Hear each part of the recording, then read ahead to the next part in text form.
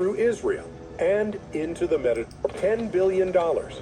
That's the estimated cost of a new network of pipelines and upgrades, including construction, port expansions, and pumping capacity, stretching from Iraq to Jordan, through Israel, and into the Mediterranean.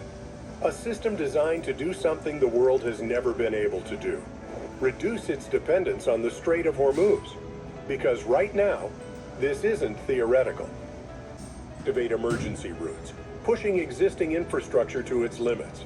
Nearly 20% of the world's oil flows through a passage just 21 miles wide. That's narrower than many daily commutes. And when that flow is disrupted, the impact is immediate. Prices spike, shipping slows, markets react within hours. The economic risks of the war are getting real for Americans. A series of strikes across the Middle East jolted energy markets. Vital shipping lane as Iran tries to strangle the flow of oil. Crude oil prices, a key benchmark, are nearing a 52-week high after Israel hit a large gas field in Iran. Think about that for decades, global energy has been built around this constraint. A system shaped by geography. A system built around a single choke point. But now that system is starting to shift. Around 21 million barrels of oil pass through the Strait of Hormuz. This isn't just volume. It's the backbone of global energy supply. Asia depends on it. Europe depends on it. Even economies far removed from the region are tied to it. So the solution seemed obvious. Build pipelines. Move oil over land. Avoid the choke point entirely. Saudi Arabia did exactly that. The East-West pipeline, stretching over 1,200 kilometers or roughly 750 miles, connects Saudi oil fields to the Red Sea. And as of early 2026, it is running at full capacity, around 7 million barrels per day.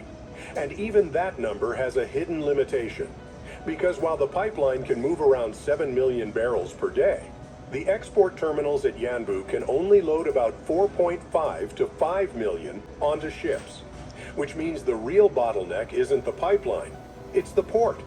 And even at that level, it replaces only a fraction of what Hormuz carries. And the Red Sea itself is no longer fully secure, which raises a deeper question.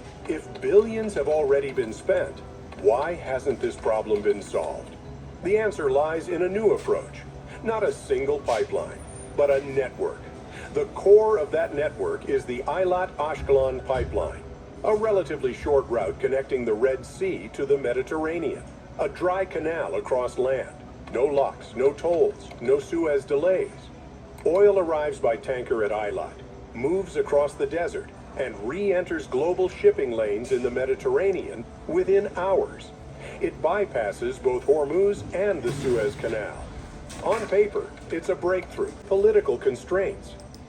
Even today, this system operates at a limited capacity, and expansion has slowed due to environmental risks and political constraints, which means, on its own, it doesn't solve the problem. To scale this idea, the network has to expand.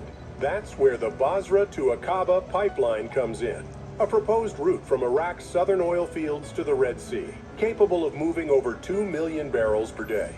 For years, this project was treated as optional, a long-term idea that never moved forward. But as of 2026, that has changed.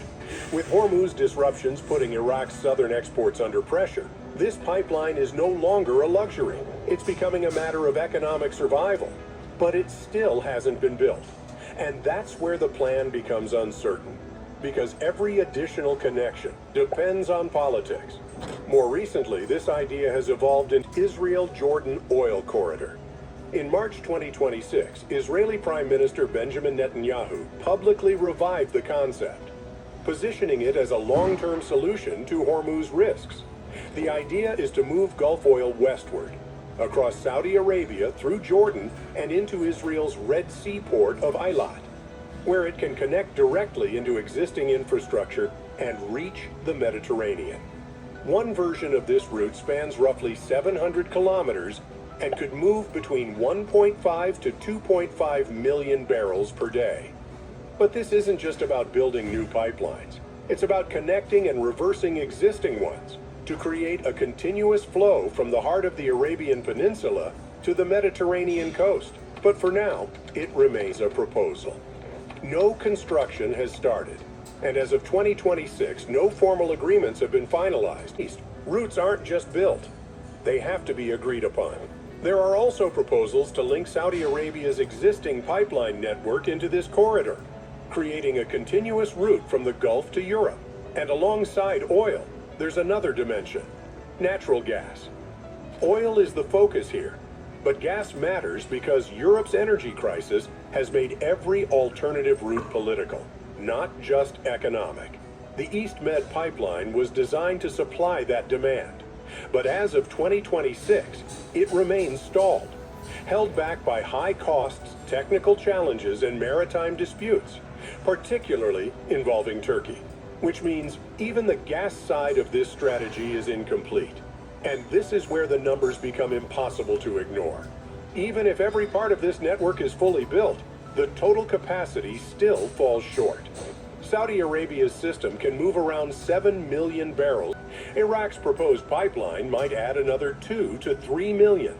And the Israel corridor, combined with the Eilat-Ashkelon route, remains limited even with expansion. Add it all together, and it still doesn't come close to the roughly 20 million barrels of oil that pass through the Strait of Hormuz every single day.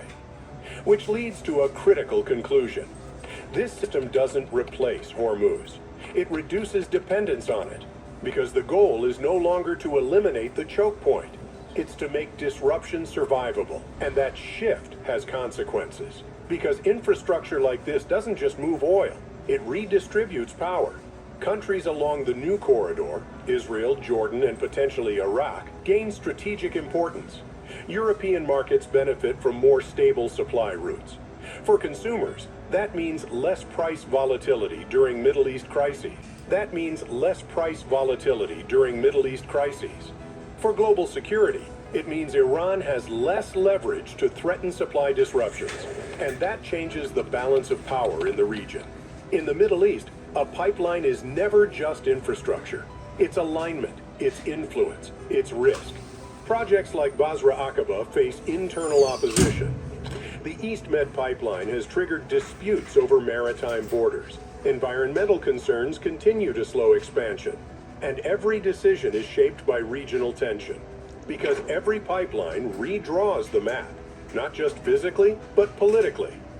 So, can this $10 billion oil route replace the Strait of Hormuz? No, not completely. Because no pipeline network can match the flexibility, scale, and efficiency of global shipping. Options. Even partial alternatives reduce risk. They slow the impact of disruption.